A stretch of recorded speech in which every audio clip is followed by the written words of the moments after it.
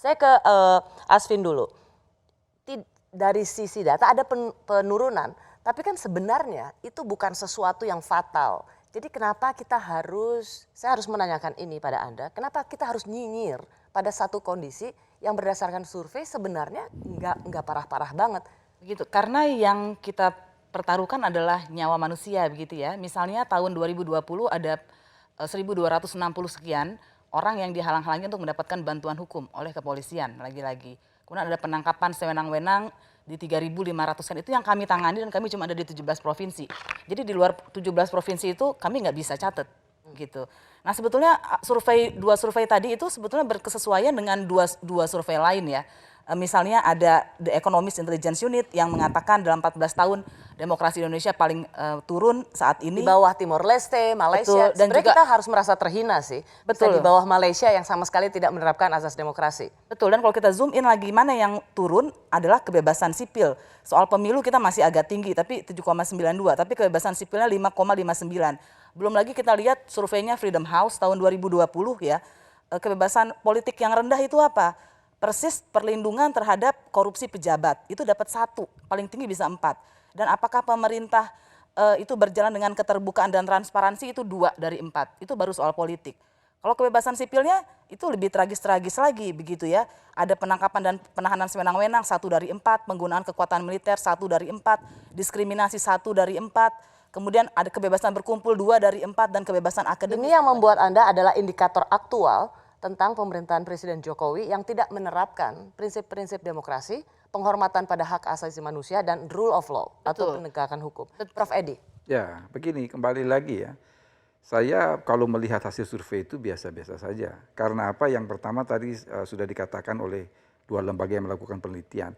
Yang namanya penelitian survei itu kan adalah satu hal yang kuantitatif. Tetapi kalau kita berbicara soal penegakan hukum itu sebetulnya lebih pada suatu kualitas penegakan hukum yang tadi saya katakan pada keempat faktor tersebut ya. Jadi faktor kalau yang dikatakan oleh Asfi ini kan sebetulnya kita merujuk kepada profesionalisme aparat penegak hukum. Tetapi saya kira ketika memang kita berbicara mengenai tindakan polisi terhadap suatu kasus, itu sering dikatakan oleh King dalam A Framework of Criminal Justice System, bahwa memang sebetulnya polisi itu dia bertindak secara individual, tetapi pasti yang terkena dampak adalah institusinya. Tetapi sebetulnya dia berkreasi di dalam melaksanakan tugas. Oleh karena itu saya kira beberapa hari yang lalu Kapolri menyatakan dengan tegas bahwa akan melakukan tindakan tegas terhadap polisi, dan saya kira apa yang dikatakan oleh Kapolri bahwa Anda menganggap ini sinyal yang baik, sinyal yang kuat dari Kapolri Sigit. Karena mohon disiapkan, karena memang setelah sekian lama ada insiden atau aksi-aksi yang mencederai reputasi polisi dalam penegakan hukum, pencari keadilan, penerapan human rights atau hak asasi manusia, lalu ada tagar percuma lapor polisi, kita tidak mendengar suara Kapolri. Tapi baru kemarin kita mendengar statement atau pernyataan Kapolri Sigit. Kita dengarkan apa katanya. Tolong tidak pakai lama, segera copot PTDH dan kemudian proses pidana. Kapolres harus mampu menegur anggotanya yang di level polsek. Demikian juga Kapolda harus melakukan langkah tegas terhadap anggota-anggota di bawahnya. Kalau nggak mampu, saya ambil alih. Ini pertama kali pernyataan yang dikeluarkan oleh Kapolri Jenderal Sigit. Karena waktu itu sudah ada soal mural, ada soal Blitar, ada soal mahasiswa Solo, lalu pelecehan seksual, percuma lapor polisi, dan kemudian Kapolri mengeluarkan pernyataan ini. Karena waktu itu ketika saya bertemu dengan Presiden Jokowi bersama para pemret lainnya, Presiden Jokowi sudah mengatakan pada Kapolri atau menegur Kapolri. Tetapi menurut Presiden, Kapolri menjelaskan bahwa Kapolda dan Kapolres itu punya otoritasnya masing-masing. Kali ini Kapolri mengatakan, hey Kapolda, beresin ya, Kapolres beresin ya, kalau enggak saya akan ambil alih.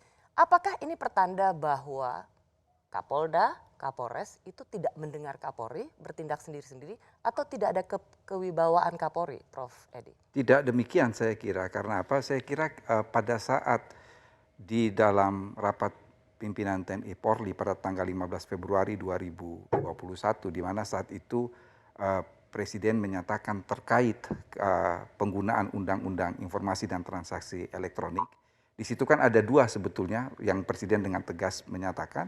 Yang pertama adalah akan mengajak DPR untuk melakukan revisi. Dan yang kedua yang saya kira ini menjadi catatan penting, Presiden menginstruksikan kepada Polri untuk selektif dalam menangani kasus-kasus tersebut. Ketika berbicara persoalan selektif ini ada 3 hal. Saya menerjemahkan itu ada 3 hal. Yang pertama, harus ada parameter yang sama, standar yang sama. Jangan sampai di Polda ini Beda bisa diproses, dan itu beda. ya itu standar yang sama saya kira. Yang kedua, Presiden hendak menyatakan bahwa kalau terhadap kasus-kasus yang menyangkut ITE ini, kalau memang bisa diselesaikan secara damai, mengapa harus? Oke. Dan Saya yang boleh potong di ketiga, situ ya, Prof. yang ketiga ini jangan tebang pilih. Ya. Jangan ini diproses, itu tidak diproses. Sebetulnya itu direction yang sangat jelas. Sebenarnya itu adalah perintah Saya kira dari perintah. Presiden, Ya. kepala negara yang sangat jelas.